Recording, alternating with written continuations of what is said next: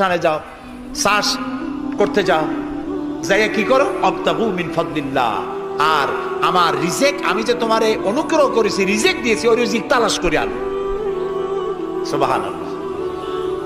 প্রিয় ভাই সব, হযরত ওমর রাদিয়াল্লাহু তাআলা আনহু মসজিদের ভিতরে দেখলেন কিছু লোক বসা, জোহরে দেখলেন, আসরে দেখলেন, মাগরিবে দেখলেন, এশায় দেখলেন। পরের দিন ফজরের সময় সেই একই জায়গায় কয়েকটা লোক, একই লোক দেখে জিজ্ঞেস করলেন, তোমরা কারা?